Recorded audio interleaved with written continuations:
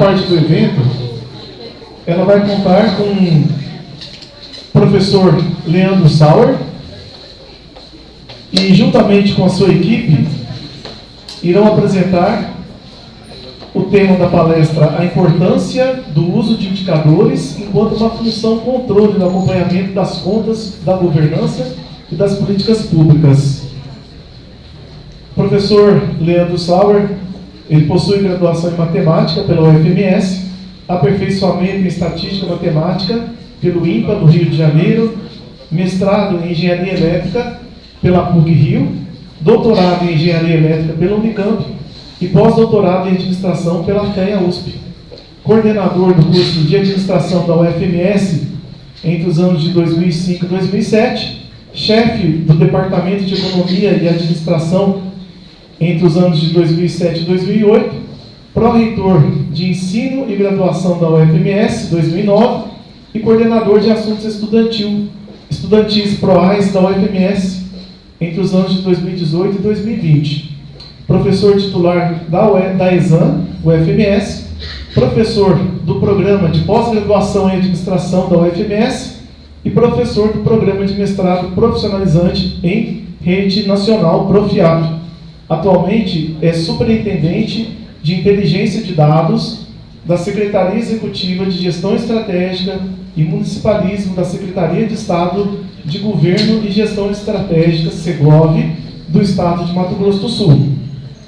Tem experiência na área de economia e administração, com ênfase em métodos quantitativos, modelos econométricos e estatísticos, análise multivariada e ciência de dados, atuando principalmente nos seguintes temas: exclusão social e uso de indicadores sintéticos na definição e acompanhamento de políticas públicas.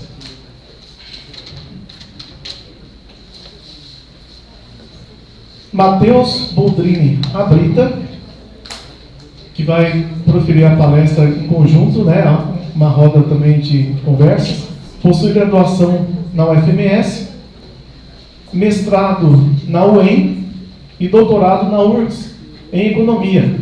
Professor efetivo da Universidade Estadual de Mato Grosso do Sul, atuando nos cursos de Geografia, Licenciatura e Bacharelado. Tem experiência nos seguintes temas: Economia Monetária e Industrial Brasileira, Agronegócio, Desenvolvimento Regional e Econômico, Mercado de Capitais, Inovação e Geografia Econômica. Possui livros e capítulos publicados, artigos em periódicos científicos no Brasil e exterior. Também trabalhos apresentados em eventos científicos no Brasil, países da América do Sul, Europa e Estados Unidos. Foi assessor de relações interinstitucionais e projetos estratégicos na UEMS, nas gestões do professor Fábio Eitir e Laércio de Carvalho e professor Laércio de Carvalho e Sueli Correia. Foi coordenador do Centro de Estudos de Fronteira e Território, o CEFRONTE, e do Laboratório de Eficiência e Inovação na Gestão de Mato Grosso do Sul, LabGEMS. Articulista esporádico nos jornais Le Monde Diplomatique, O Estado MS e Correio do Estado. Comentários nas rádios Jovem Pan e CG Educativa FM, membro da Sociedade Brasileira para Progresso da Ciência, SBPC. Membro do Comitê Coordenador da Rede Internacional ERMS, Pesquisadores Internacionais de Fronteiras, Integração e Conflitos. Vice-líder do Grupo de Pesquisa G-Frontier, Grupo de Estudos e Fronteira, Turismo e Território e pesquisador do Grupo Macroeconomia Estruturalista do Desenvolvimento, ambos registrados no Diretório de Grupos de Pesquisa do CNPq. Foi editor fundador do periódico Structuralist Development Macroeconomics Bulletin, SDMB, atualmente na Superintendência de Inteligência de Dados da SEGOV-MS. O terceiro palestrante, Cláudio Neide Matos Ramos, graduado e mestre em Administração pela Universidade Federal de Mato Grosso do Sul, áreas de conhecimento e gestão da inovação, gestão estratégica, gestão financeira, gestão de projetos e data science. Atuou como pesquisador pela Universidade Federal de Mato Grosso do Sul, e professor de Planejamento Estratégico. Atuou no sistema FamaSul, Senar/MS, como diretor de Planejamento entre 2014 e 2016. Atuou como diretor de Inovação em Gestão Pública na Agência Municipal de Tecnologia da Informação e Inovação, AGTEC, entre 2017 e 2020, na Prefeitura Municipal de Campo Grande. Atuou como superintendente de Economia e Saúde na Secretaria Municipal de Saúde, a CESAL, entre 2020 e 2022, na Prefeitura Municipal de Campo Grande. Atualmente é coordenador de dados e informações na Secretaria de Estado de Governo e Gestão Estratégica, SEGOV, no governo de Mato Grosso do Sul. Uma salva de palmas para os nossos palestrantes. Fica com a palavra. Obrigado.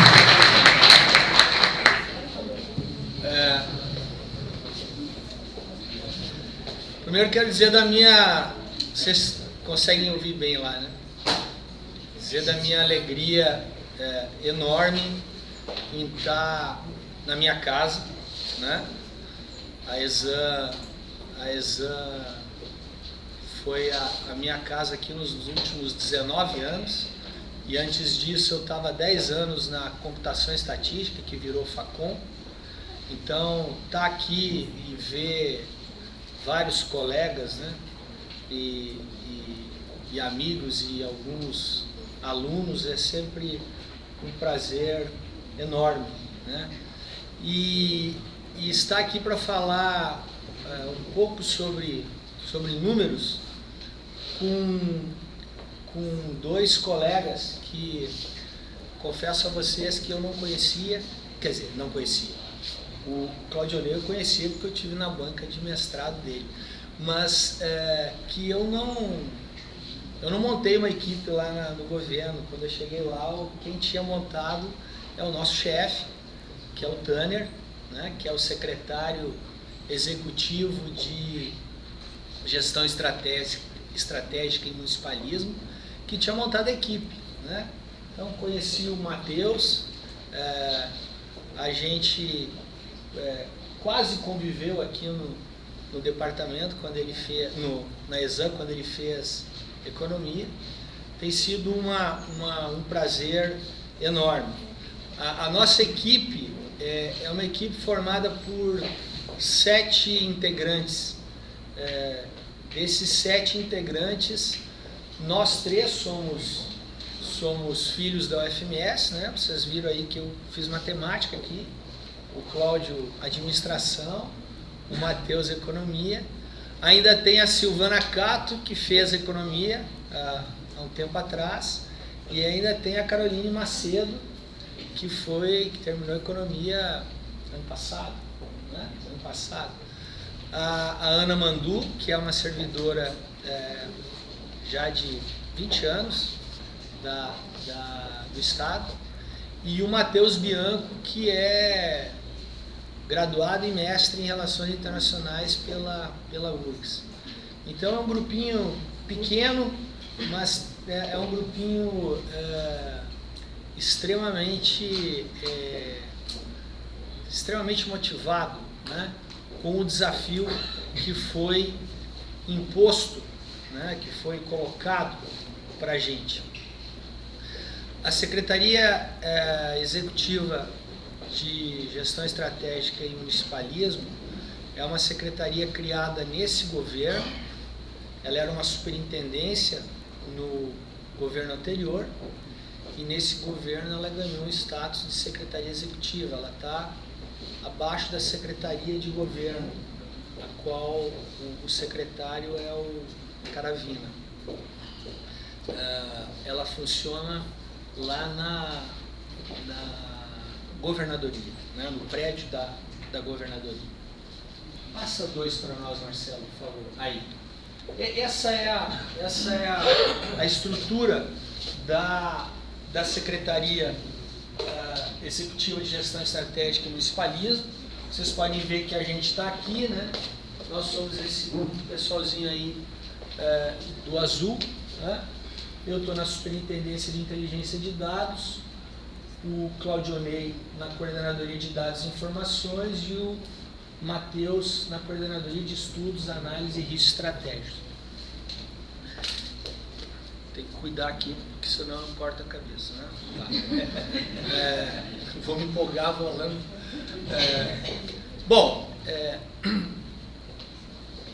Eu trabalho há 29 anos nessa casa com dados, com estatística, com análise multivariada, dei já algumas disciplinas aqui de pesquisa operacional, enfim, eu trabalho com manipulação de dados. E o Tanner, quando me convidou para a superintendência, ele me falou, olha, eu quero que você vá lá manipular dados, certo? Eu falei, ok, eu acho que eu já estou há tempo fazendo isso com os meus orientados e com os meus alunos, eu acho que está na hora de botar a mão na massa, né? E eu fui para lá. Claro que, vocês imaginam, 29 anos aqui nessa casa, vocês viram ali que eu tive algumas experiências administrativas, como coordenação de curso, pró-reitoria, algumas coordenadorias, a chefia, né, a ESAM uma vez chamou Departamento de Economia e Administração, eu tive na chefia desse departamento, mas eu não conheço o Estado, né? Então eu estou num processo de aprendizado de conhecer o Estado. E confesso a vocês que nas 2 primeiras semanas, a gente já está lá 5 semanas, é isso? Nas 2 primeiras semanas, passa mais um, por favor, Marcelo. Mais um. Aqui. Depois a gente volta naquele lá, tá? Nas 2 primeiras semanas eu falava para o Matheus e para o Claudionei quase que toda hora o seguinte: a gente começou a visitar as pessoas, né, as secretarias, e quando você dá 29 anos de aula numa universidade como a nossa, você tem um monte de ex-alunos. Em tudo que é lugar você encontra um ex-aluno, né? E os meus ex-alunos sempre foram muito carinhosos comigo. Aqui, né, enquanto professor, me dando aí, me premiando como nome de turma, essas coisas. Então, todo lugar que eu chegava, os alunos me abraçavam, falavam, professor, que bom, o senhor aqui e tal, né? O senhor está onde? Estou na Superintendência de Inteligência de Dados. Oh, que legal, tal. Eu me fazia essas 2 perguntas, cara, toda hora. Eu ia para casa dormir, eu fazia essas perguntas. Para trás, Yasmin, desculpa. Olha lá, eu fazia essas 2 perguntas para mim, o tempo todo.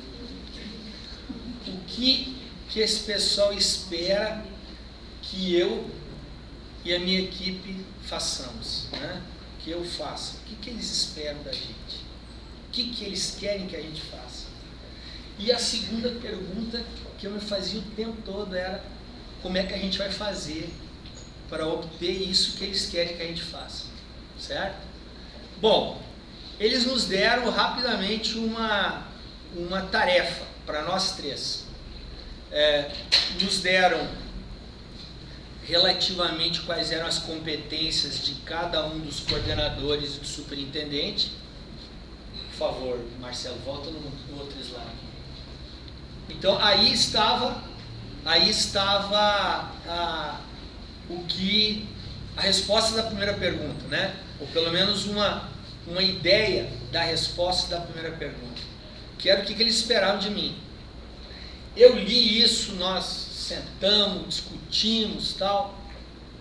Aqui tem coisa das 2 coordenadorias e coisas destinadas a mim. E eu falei, a gente tem que dar uma resumida nisso, né? O que esses caras querem da gente? Bom, o resumo disso aqui é o seguinte: a Superintendência de Inteligência de Dados foi criada para gerar salas de situação para o governador, para os secretários e para os vinculados, as unidades vinculadas às secretarias. Por exemplo, o IAGRO é uma entidade vinculada, o Bioparque é uma entidade vinculada. Então eles queriam que a gente fizesse salas de situação para eles. E o que raios é isso? Ora, é um resumo. querem que chamar a gente para fazer resumos.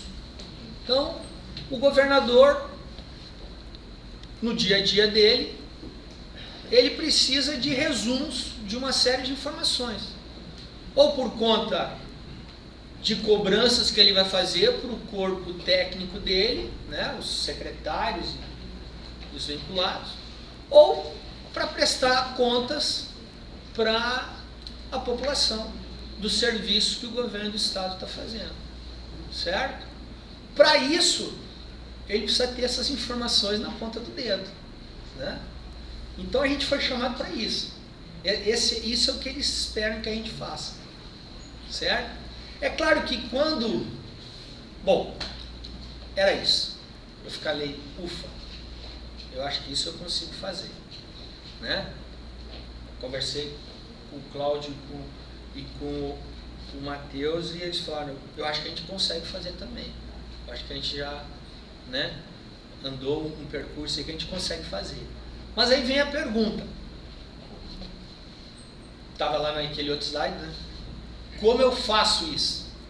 Bom, como você faz, aí tem algumas perguntas intermediárias. Primeira delas, eu preciso saber o que cada secretaria e vinculada gera de dados, de variáveis, certo? Então nós temos que correr o trecho, eu falei para eles.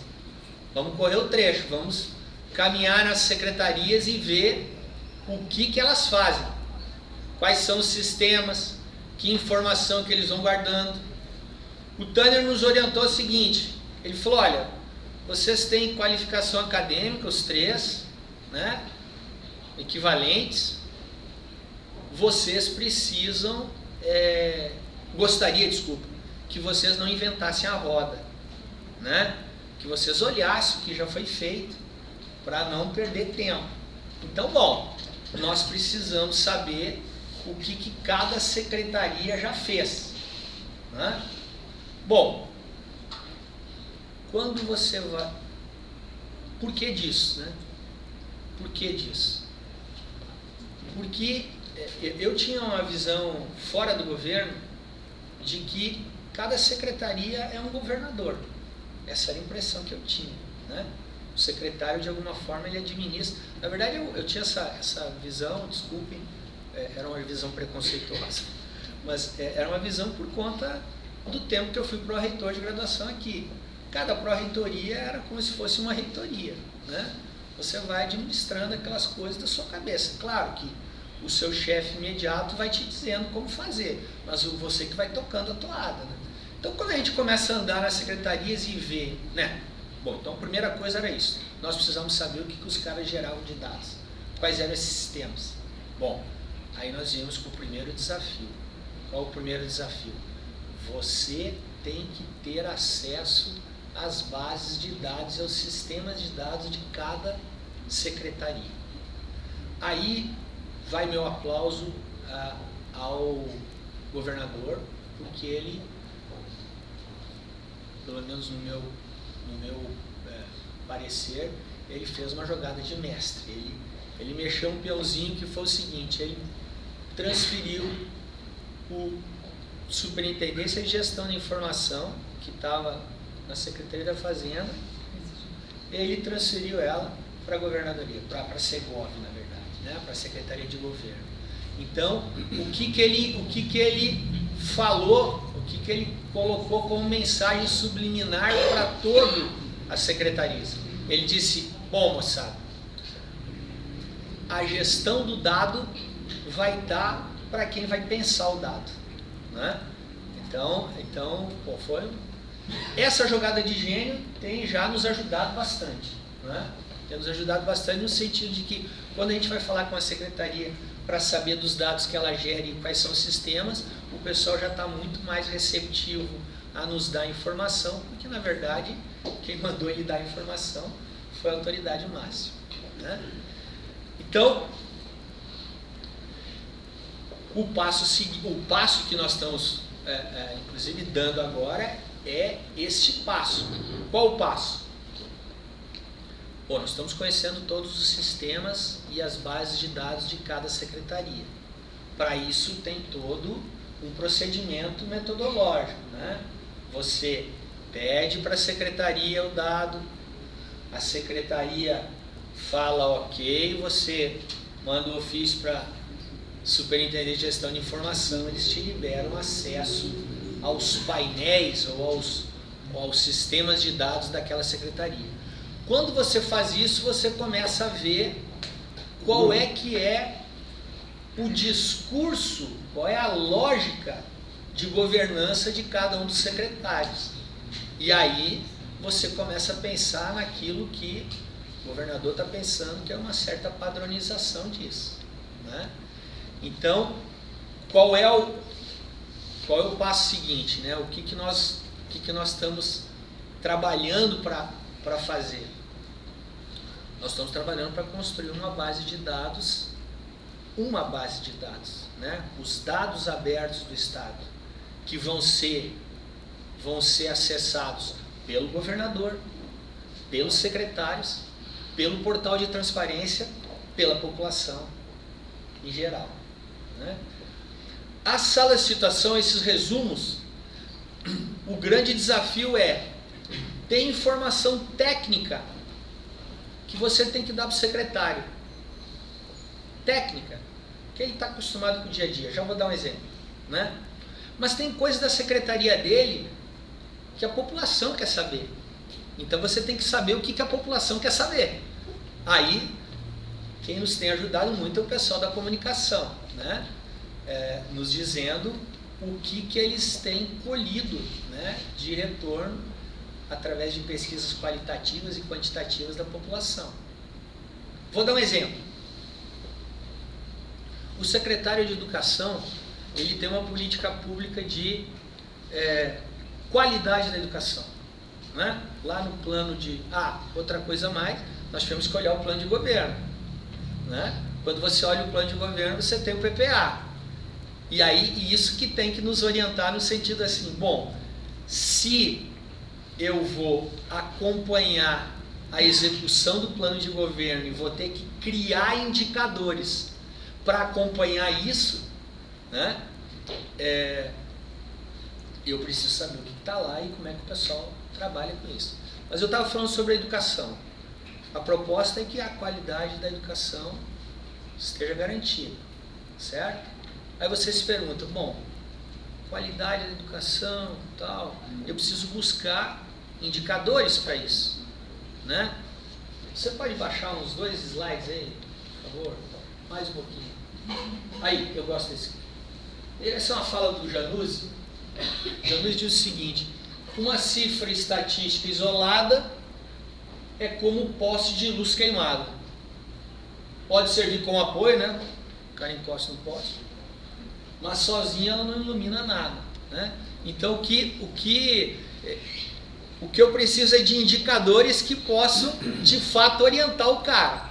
Então eu vou lá e digo assim, não, falando lá com o pessoal da educação, ouvindo o secretário, ele fala, o IDEB é um bom indicador, não é? Todos conhecem o que é IDEB?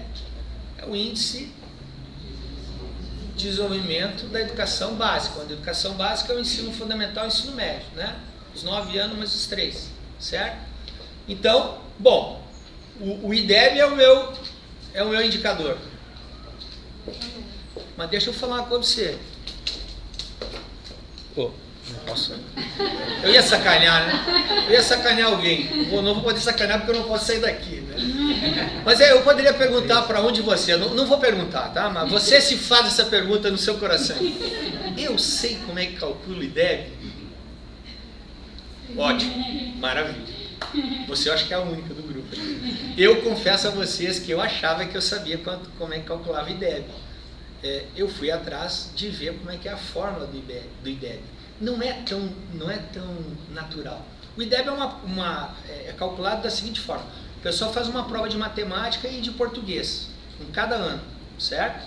E você padroniza essa nota, né? Pega todas as notas de todas as escolas, subtrai pelo mínimo delas, divide pelo máximo menos o mínimo, vai dar um valor entre 0 e 1. você faz a média aritmética entre a matemática e o português, e depois você multiplica isso pela taxa de aprovação que a escola tem, né, naquele ano.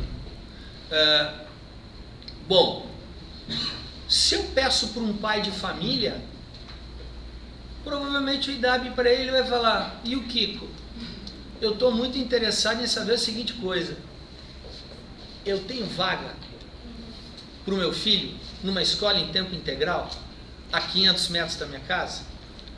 Quando começar a aula, ele vai ter o material? Quando começar a aula, ele vai ter o uniforme? Quando o meu filho, na hora do almoço, for comer, vai ter comida decente? O professor vai estar lá dando aula para ele? Veja que então os desafios nessa casa de indicadores no acompanhamento de política pública são: a gente conseguir entender um conjunto razoável e pequeno de indicadores para o secretário, né? Para o secretário fazer a governança do negócio, mas também ele ter um conjunto pequeno, razoável, né, de indicadores em que ele consiga dar respostas mais rápidas à população e os anseios da população. Você fala com o pessoal da saúde, o cara fala assim: olha, eu estou com tantos % de cobertura da atenção básica, né? Na saúde. É um indicador que o pessoal da saúde utiliza muito, né? Mas quando você fala com um pai de família, ou uma mãe de família, né, um responsável ele está interessado na seguinte coisa: se o meu filho adoecer e eu levar ele na UPA, quanto tempo leva para ele ser atendido? E quando ele terminar de ser atendido, ele passa na farmácia da UPA, ele vai ter o medicamento? E ele vai para casa e fica bom? É isso que ele quer saber, né? Claro que quando o atendimento da atenção básica eu tenho dos sistemas do Estado, mas quando eu vou olhar esse outro indicador que eu acabei de falar, esse é um indicador do município. Então eu não vou ter no Estado, eu vou ter que procurar em outro tipo de sistema. Nós estamos andando em alguns lugares, nós fomos no Sebrae ver o Cidades Empreendedoras do Sebrae, né? Que tem painéis fantásticos, maravilhosos. Nós fomos visitar o Benhur, que é o superintendente, o secretário, desculpa, não é superintendente, secretário executivo de Direitos Humanos do Estado, né? O ex-deputado Benhur Ferreira. Nós estávamos conversando com ele sobre o CAD único. O CAD único é onde as pessoas se inscrevem, pessoas que se autodeclaram vulneráveis. O cara vai lá e se inscreve. Estou falando autodeclaro porque a pessoa tem que procurar o CAD único. Ela vai lá e faz o registro dela. Depois que ela fizer o registro dela, o pessoal vai pedir uma série de comprovantes. E aí o pessoal vai verificar o grau de vulnerabilidade que ela tem. Se ela é vulnerável ou não é vulnerável. Nem todas elas vão conseguir o auxílio, certo? Quando você olha os relatórios do CAD único, nos mais diversos lugares, a gente sempre tem a seguinte coisa: a lista dos municípios, a lista das pessoas cadastradas no CAD único, a lista das pessoas que estão recebendo bolsa, certo? Nos dão essas 3 informações, essas 3 variáveis. Vocês gostam delas? Eu gosto muito, sim, dou uma olhada, acho legal, né? Agora, o quanto que ela me dá de informação?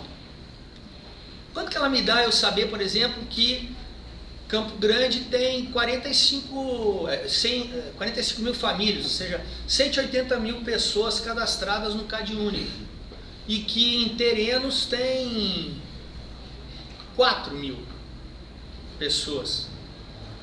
Quer dizer, quando eu olho para esse número, eu falo assim: bom, Campo Grande é uma cidade grande, né? Terenos é uma cidade pequena, tá certo?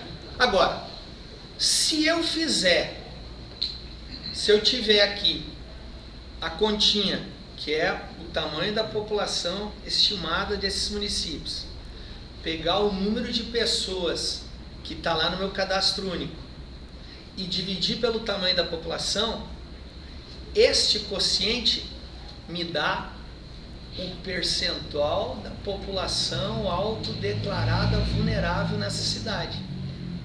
E aí, independente do tamanho da cidade, do tamanho do município, eu tenho uma ideia se esse é um problema grave nesse município ou se não é um problema grave.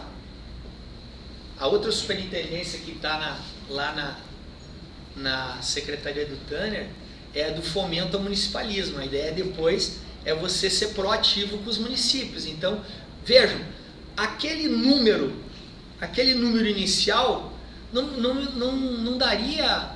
me ajudaria a acompanhar uma política pública. Porque era um número, né? Era um número que depende muito se a população é grande ou é pequena. Mas quando eu fiz essa divisão, eu consegui saber o percentual autodeclarado vulnerável. Agora, quando eu pego o número de pessoas que recebem o benefício e divido pelo número de pessoas que está no cadastro, que se autodeclarou vulnerável, esse quociente me dá o percentual de cobertura do programa social. Esse indicador é um indicador importante para acompanhar essa política pública. Bom, eu não vou mostrar mais os outros 40 slides que eu disse. 49. Mas vai bem para frente, vai andando, eu só quero mostrar um slide para você. É lá pelo 44º, tá? Vai.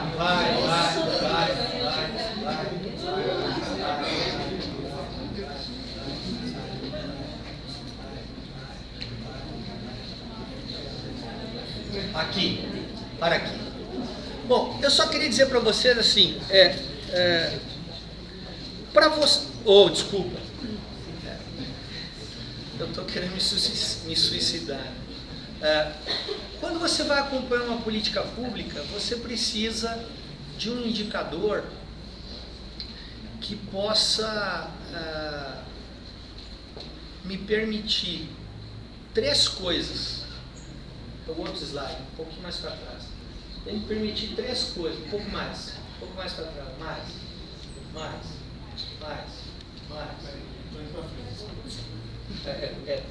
Não, é por início mesmo. Antes das propriedades. Antes? Antes. Não, para lá. É para cima. Vai para cima. Isso, aí, para cima. Só um pouquinho mais para cima. Aqui. Basicamente, a gente se preocupa com 3 grandes grupos de indicadores. E a nossa preocupação na sala de situação vai ser essa. Você tem indicadores insumo, você tem indicadores processo, você tem indicadores produto. Né? Eles são... É importante você ter isso.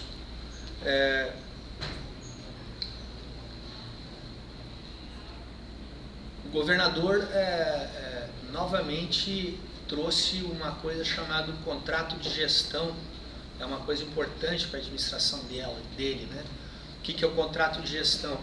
Cada secretaria vinculada assinou um contrato com o governador dizendo o que ele se propôs a fazer.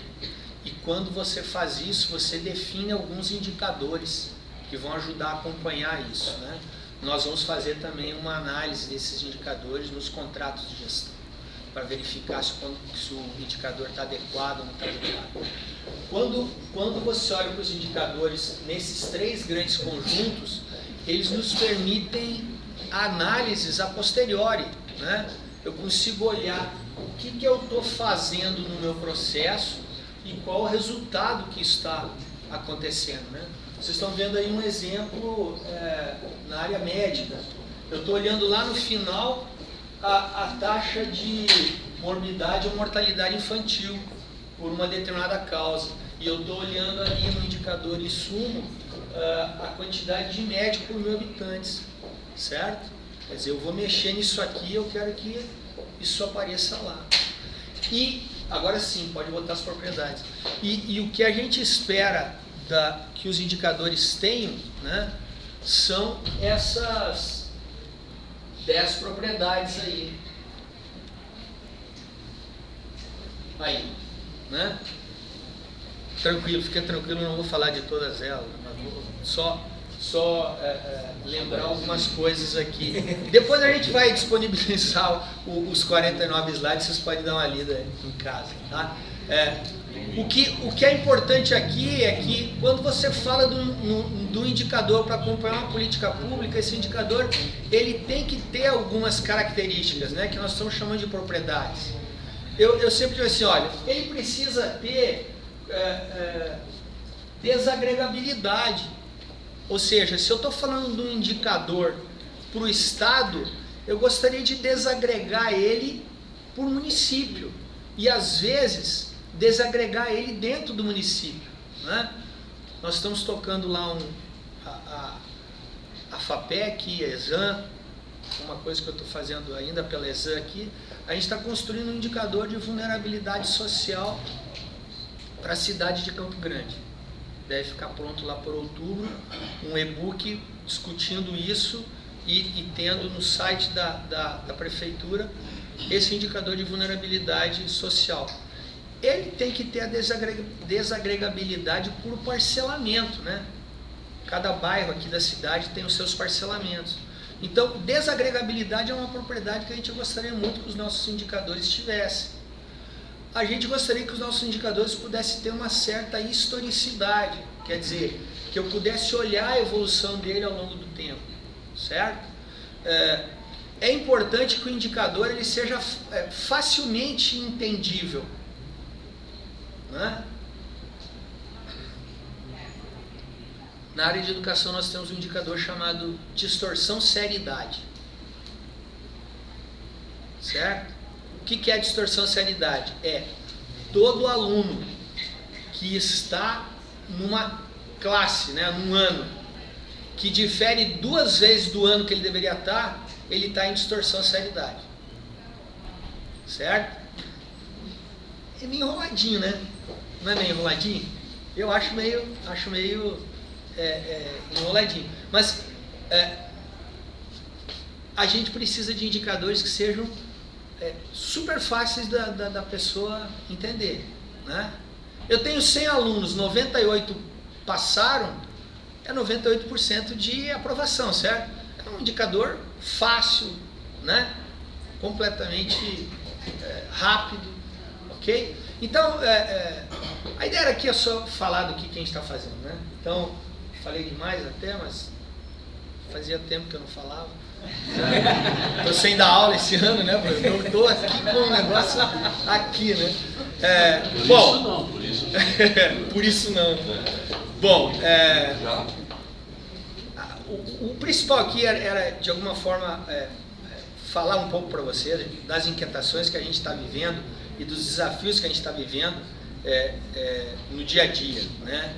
Que é você se depara com o sistema, se depara com o conjunto de variáveis que ele te fornece e agora você tem que sacar a informação daquilo ali e essa informação ela tem que ser facilmente entendida pelo usuário, né? Eu estou gostando demais do desafio. Oxalá eu possa daqui alguns meses voltar aqui e começar a falar para vocês das salas de situação que a gente fez, né? A ideia é que em algum momento não muito distante, né, a gente possa, o governador possa abrir o computador na frente, né, na sala dele e ele ter um mapa do que está acontecendo nas diversas secretarias vinculadas. A mesma informação que o secretário lá na sala dele está abrindo e está vendo a mesma informação. Provavelmente o secretário aqui vai ter algumas informações mais específicas, né? Mas ele vai ter a mesma informação. E a gente, de fato, colocar na mão do governador a informação para a governança do Estado, para ele tomar as decisões dele, certo?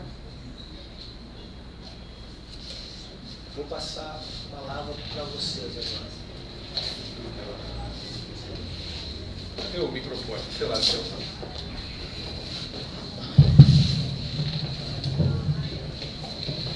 Pessoal, boa noite. Boa noite. Só para eu entender que nós temos graduação, mestrado e doutorado, é isso? Isso. Ok, graduação, quem que é? Os sobreviventes aqui, que ainda continuaram. E mestrado? Bastante. Doutorado? Legal. Conheço alguns rostos aqui. Como foi dito pelo professor, eu fiz a graduação, mestrado aqui, né? Então conheço bem, desde a época do auditório, quando tinha carpete aqui, né? Não entrega. Vocês não conhecem ainda aqui, né? Não era isso, professor? Era lindo. Era outra época, né? Cada época tem sua beleza, né? Sim, claro.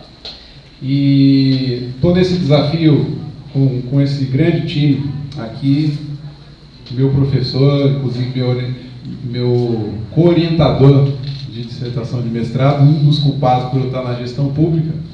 Lembrou do Carpete? Você é da época do Carpete? É? Aí, tá vendo? É um dos culpados aqui por eu estar na gestão pública hoje, porque na minha dissertação de mestrado, trabalhei com indicadores na gestão pública, você é meio desenrolado com esse negócio de gestão pública, você devia ir lá mostrar lá e, inclusive, ajudar lá, né? Porque a academia tem que sair daqui e ir para a vida prática, né? É a gente conseguir fazer esse conhecimento chegar e impactar nas nossas vidas do dia a dia. Então, percorri um caminho, hoje estou no governo do Estado. Quantos são servidores públicos aqui? Servidores públicos. Olha. Legal. Rapaz, a plateia aqui é chique. Olha, time.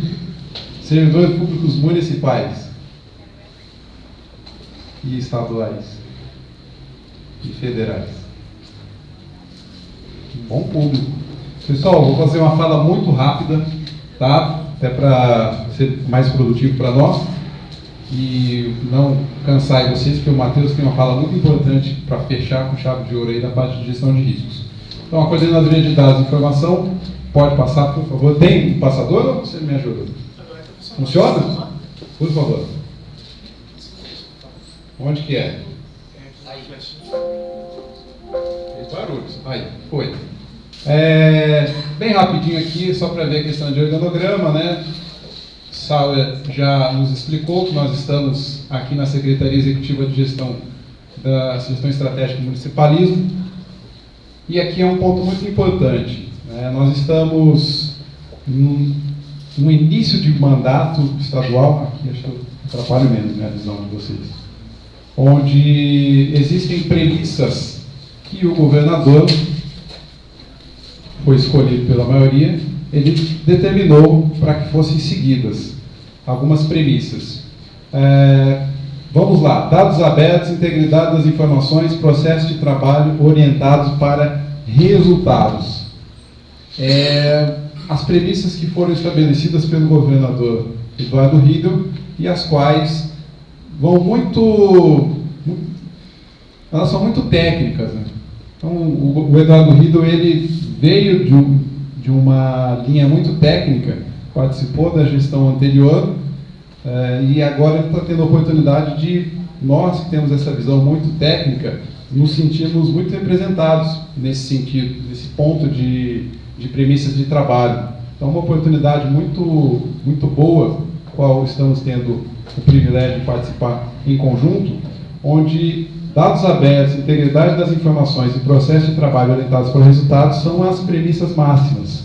Então, com isso, eu trago aqui aquele famoso fluxo de como é que um processo se torna de fato uma decisão.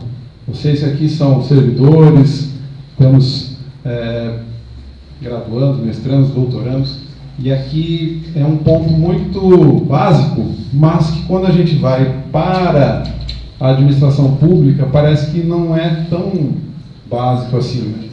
Então, para a gente chegar numa informação, eu tenho que... Aqui eu tenho ponto? Bom, legal. eu tenho vários processos que vão acontecendo. Vocês trabalham no dia a dia em vários processos. Esses resultados dos processos de trabalho de vocês geram vários dados. Hoje nós temos a facilidade de ter bancos de dados informatizados. É uma facilidade ou não, dependendo da maneira que eles estão organizados. E aí eu faço um parênteses aqui.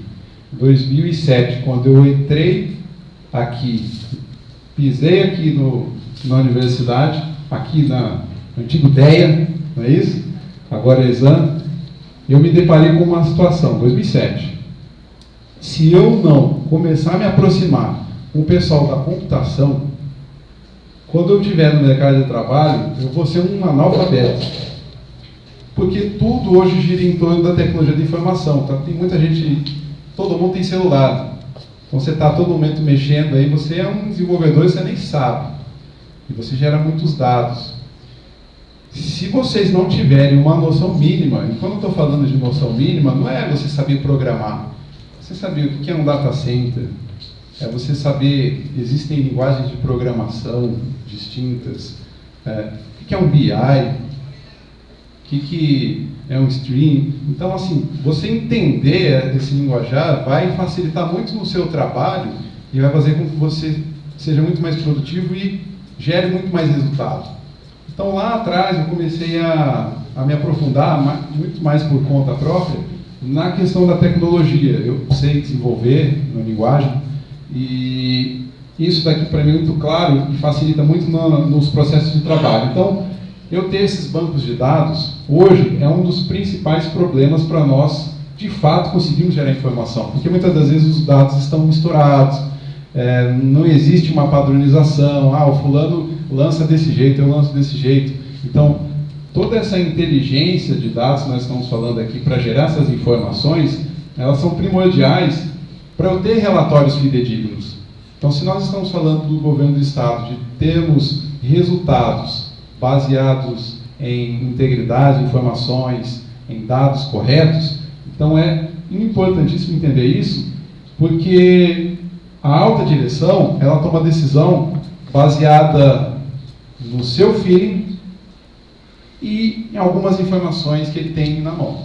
Não adianta a gente falar que alguém que tem poder de decisão ele vai ser 100% técnico, até porque se ele está no cargo de liderança, é porque ele não é um robô, ele tem um fator humano muito grande. Então tem coisas que ele tem uma percepção e ele vai tomar uma decisão e geralmente as decisões são muito rápidas. Então quanto mais informações resumidas e íntegras para esse tomador de decisão, melhor para nós que somos diretamente influenciados pelas decisões do governo, até por estarmos num país onde o poder público ele tem uma influência muito grande na vida das pessoas. Olha só, muito rápido mesmo, para a gente entender esse problemão, né, de relatórios de bases de dados. Uma missão aqui da NASA, 327 milhões de dólares, lá em 1998, que a sonda se perdeu, porque o que aconteceu? Esqueceram de fazer a conversão de força Newton para Libra, e aí foram 327 milhões de dólares para o espaço, literalmente. Olha a importância da integridade dos dados, você entender aquele fluxo para você gerar relatórios para tomar as decisões corretas. E um outro ponto aqui que eu quero trazer é para as tomadas de decisão. Então hoje nós temos cada vez menos tempo, o nosso recurso mais valioso é o nosso tempo. Então vocês estarem aqui até esse momento é motivo de grande alegria, porque é o tempo de vocês que está sendo gasto ou investido, depende da maneira que vocês estão absorvendo o conteúdo que está sendo trazido aqui. Mas os líderes têm muito menos tempo do que nós, muito menos tempo do que nós imaginamos. Então, se nós temos pouco tempo, imagina um governador. Então existe toda uma ciência hoje de data storytelling, que é fazer o quê? Eu preciso fazer com que essas informações, esses dados, eles sejam certeiros e cheguem de maneira rápida e precisa para que o tomador de decisão olhe, veja a intuição dele e fala, vamos por aqui. Aqui eu deixo uma referência para vocês, da Nancy Duarte, desse livro Data Story, já tem traduções em português, mas você tem uma vasta bibliografia aí de data storytelling, onde você vai ter essa possibilidade, e aí aqui há um mercado muito grande para isso, com pessoas das quais tem essa capacitação, que tem essa facilidade, tem sido os melhores salários do ponto de vista de assessores, tanto na iniciativa privada quanto na pública, porque quem sabe traduzir os dados, gerando informação, de maneira que o tomador de decisão consiga entender, são as pessoas que todo mundo quer por perto. Então a gente tem que respeitar, né? Isso é algo muito importante, o tempo dos líderes e entender como eles consomem essa informação. E aí, sabe, eu trouxe aqui uma das principais ferramentas que nós estamos trabalhando no governo do estado, que são as salas de situação. Alguém conhece uma sala de situação? Não? Sempre que fala de sala de situação, eu me lembro desse filme do Stanley Kubrick, 1964, Dr. Strangelove, onde é muito bacana, depois se você quiser pesquisar aí, vale a pena, onde ele é uma sátira à Guerra Fria, onde o que acontece? A União Soviética tinha um dispositivo para ela lançar automaticamente uma bomba atômica caso eles recebessem algum ataque. E aí um general maluco lá dos Estados Unidos lança uma missão para bombardear a União Soviética e esse sistema ele é acionado, e é um sistema que não tem interação humana, então uma bomba atômica seria jogada nos Estados Unidos e ia ocasionar o Doomsday, né? O fim do mundo, que era o grande temor ali da Guerra Fria. E aí eles se sentam na sala de guerra, War Room, e começam a discutir, né? E aí tem lá os painéis, ele falou, tá indo ali o avião, agora tá indo para lá, esse aqui tá vindo para cá, o que nós vamos fazer? E eles tomando decisões ali em questões de minutos para tentar evitar o fim do mundo. Então essa são os primórdios da sala de situação, que são as War Rooms. A Segunda Guerra foi muito utilizado também. E hoje a gente tem uma versão mais tecnológica, né, das War Rooms, que são as salas de situação, onde você tem painéis, hoje você tem a possibilidade de fazer essas integrações de várias TVs, onde você vai colocar painéis, dashboards, para conseguir ter indicadores que aí sim são questões muito mais fáceis que um tomador de decisão vai olhar e vai ver e vai falar, ó, esse caminho, esse caminho, esse caminho, esse caminho. Então isso é uma sala de situação, como o Sábio muito bem disse aqui, é um resumo de vários indicadores que vão gerar termômetros para o tomador de decisão, de fato tomar uma decisão não só pela intuição dele, mas também por algumas informações muito embasadas. Um roteiro aqui, para a gente entender, então, como que estamos trabalhando. Primeiro, entender como que os dados estão estruturados, quem que operacionaliza essa alimentação dos dados, visando que a integridade dos dados, como que essa informação é gerada, a estrutura lógica dos relatórios, aí que eu falo lá, todo mundo tem que ter uma noção mínima de programação, de computação, você não vai ter que desenvolver, programar nada, mas você tem que entender a lógica da tecnologia de informação para você ser um profissional. Como se falava há 20 anos, quem não sabe inglês está fora do mercado. Hoje, quem tem noção básica de programação, de tecnologia de informação, de ciência de computação, infelizmente ele está subestimando muito do próprio potencial. E por último, os indicadores de resultado que o gestor quer avaliar. E aí que é o ponto, né? Se nós estamos entendendo como os dados estão estruturados, quem operacionaliza, como que essa informação é gerada e qual que é a estrutura lógica, eu consigo gerar indicadores. Mas hoje nós vivemos uma imensidão de dados. Imensidão de dados. Então não tem como eu chegar e falar, me dá a base de dados para eu olhar e criar indicadores que vão ser importantes. Se eu fizer isso aí, nós vamos ficar 50 anos lá e não vamos conseguir. Então, olha o que o Churchill dizia, né? Por mais brilhante que a estratégia seja, você deve sempre olhar para os resultados. Então, se nós estamos falando de informações, inteligência de dados para tomadores de decisão, nada melhor do que entender o que o gestor quer saber. Veja só, ele não está ali à toa. Os gestores de alta gestão, de alta liderança, né, de alta direção, eles não estão ali à toa. Você acha que todo mundo pode virar presidente da República, todo mundo pode virar governador, todo mundo pode, mas só aqueles que são muito insistentes e perseverantes vão conseguir, porque você tem que abdicar de muita coisa. Então isso faz com que ele tenha um feeling muito diferenciado. Essas pessoas têm uma percepção diferenciada, esses líderes. Então eles sabem também o que precisa ser estruturado para ele tomar melhores decisões. Então, visão top-down. Opa, gestores, e aí? O que vai dar problema? O que eu preciso ir lá e fazer aquela engenharia reversa até chegar no dado para te mostrar um indicador confiável para você tomar uma melhor decisão? Ele vai mostrar, eu quero atingir esse resultado. Agora, onde estão esses relatórios, como esses dados estão estruturados, aí o problema é de vocês. Mas aí fica muito mais fácil, aí a gente consegue fazer de fato. E aí, como está sendo estruturado a questão da sala de situação? A abertura de projeto, precisamos ter o patrocínio ali, nós temos o patrocínio do governador, mas nós também temos várias secretarias prioritárias. Então já foram definidas secretarias prioritárias, esses secretários têm que estar muito afinados com esse nosso projeto. Então tem que ter esse ok deles, isso que eu chamo de termo de abertura de projeto. Falar, ok, vai me ajudar também. Que você precisar de apoio, alguma resistência, algo, vai me passando que nós vamos desenvolver. Análise de requisitos, então nós vamos entender ali quais são os principais problemas. Extração de dados.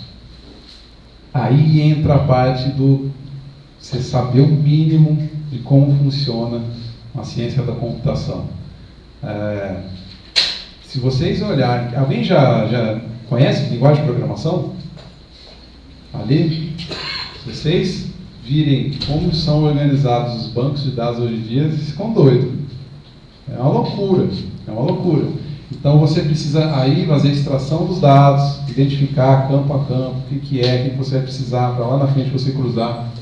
E aí você vai transformar esses dados. Só esse daqui já dá uma dor de cabeça grande, viu? Tem especialistas na área de TI que é só de infra, só de bases de dados para trabalhar isso daqui. E você vai transformar esses dados. Aí você vai começar a ver mais ou menos no Excel, que é o que a gente geralmente olha quando a gente vai montar um gráfico.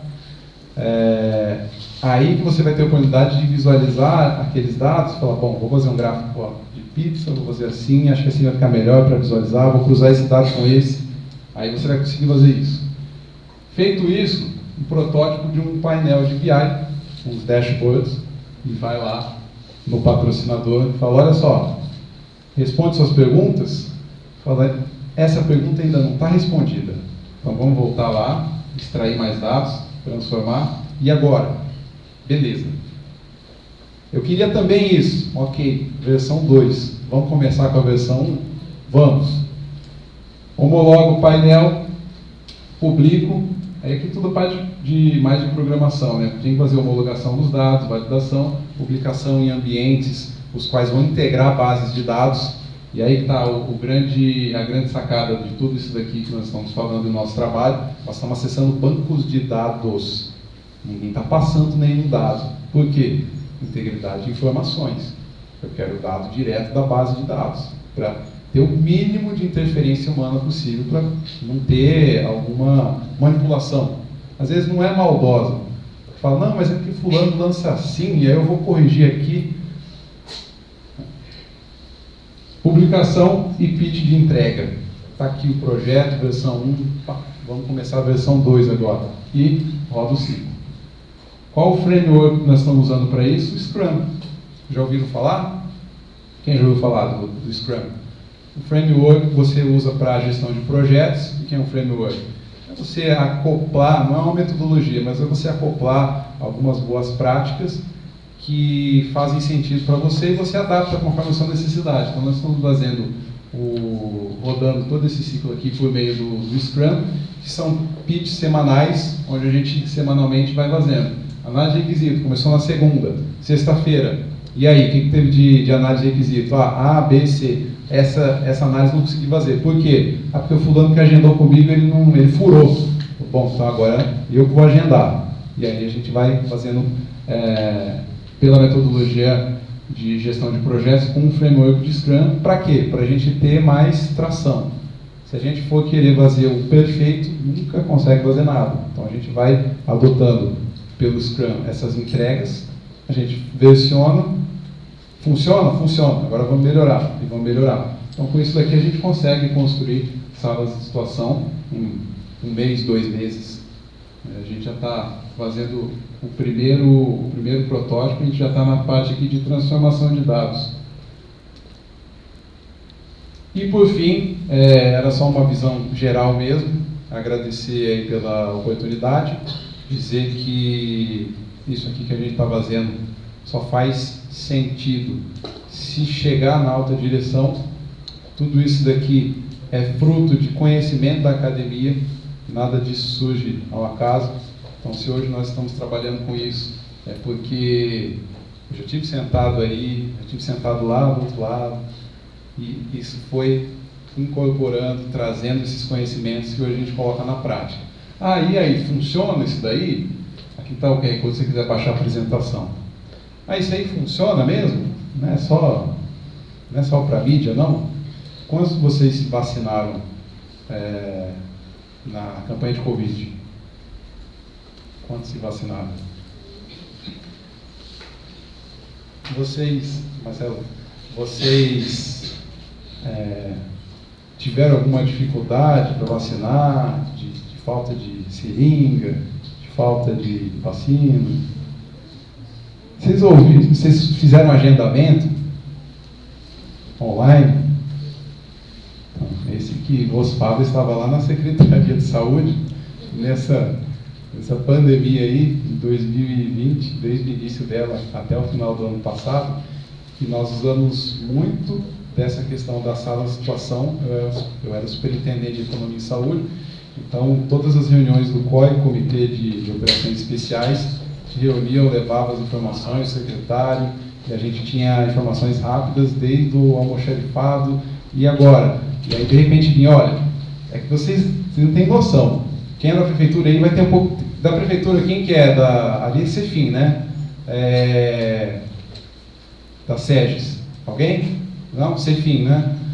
Você sabe a loucura que era, porque era assim, Ministério da Saúde, 8 da noite, atenção, Campo Grande, amanhã, 50 mil doses, está chegando aí.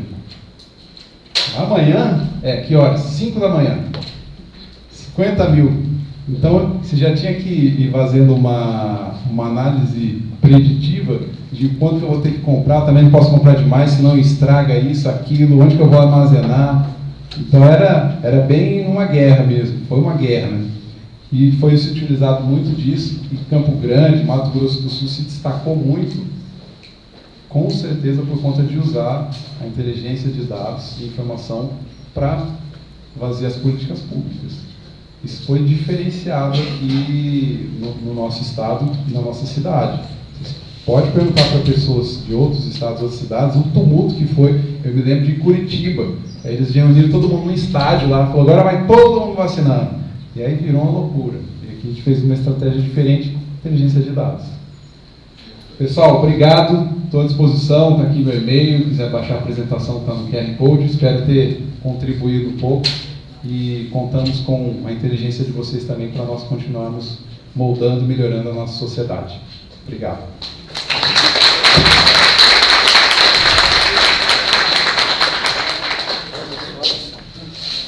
Oi. Bom, pessoal, já estouramos quanto tempo aí? Muito? Só 2 horas, né? Bom, pessoal, vou ser bastante breve aqui, de verdade. A gente já passou um pouco aí do tempo, meus colegas já brilhantemente apresentaram a nossa superintendência. Primeiramente, agradecer o convite de estar nessa casa novamente, me graduei aqui, tive muitos bons momentos aqui e fico muito feliz em retornar aqui e ver vários amigos, colegas de doutorado, de mestrado, enfim, muito feliz de estar aqui com vocês.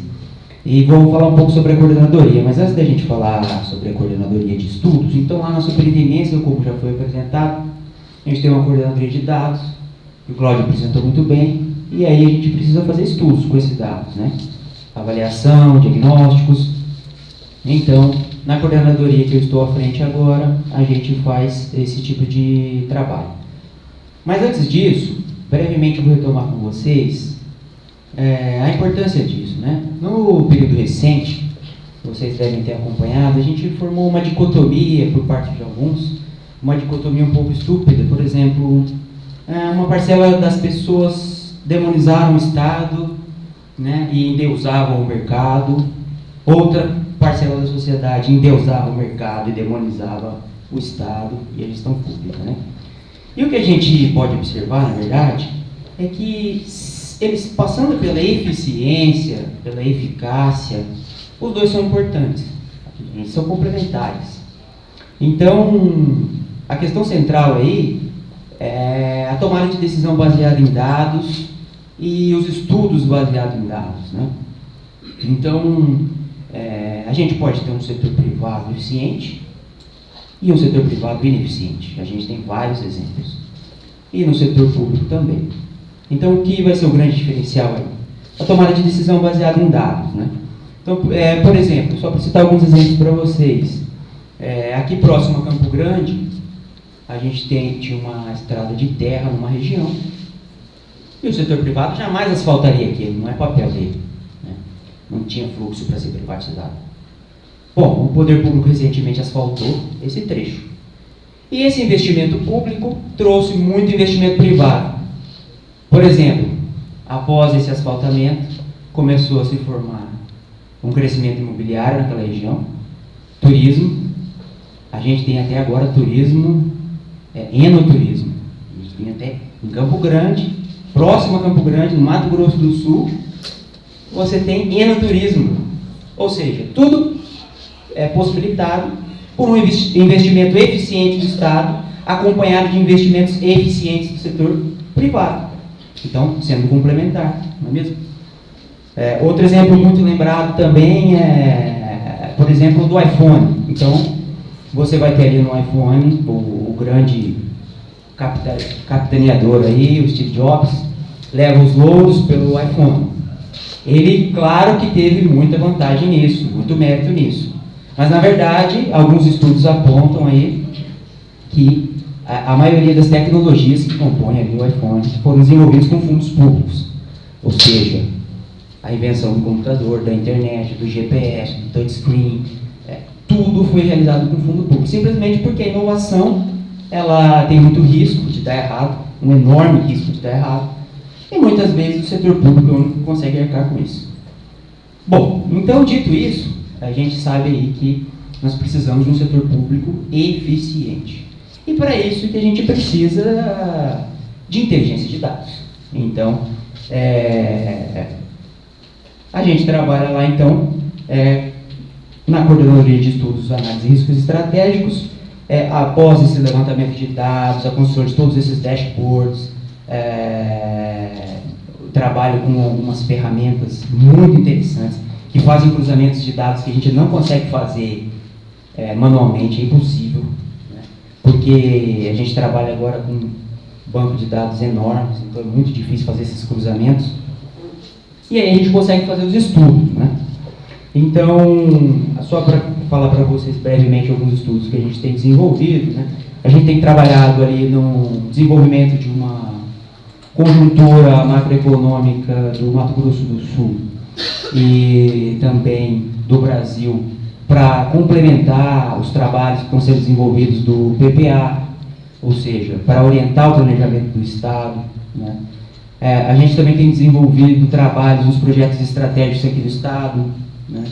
Por exemplo, a gente fez um levantamento de todas as pesquisas aplicadas que foram desenvolvidas pela academia em alguns projetos estratégicos, como por exemplo o corredor bioceânico, para formular políticas públicas, né, que sejam práticas e aplicadas para orientar a tomada de decisão.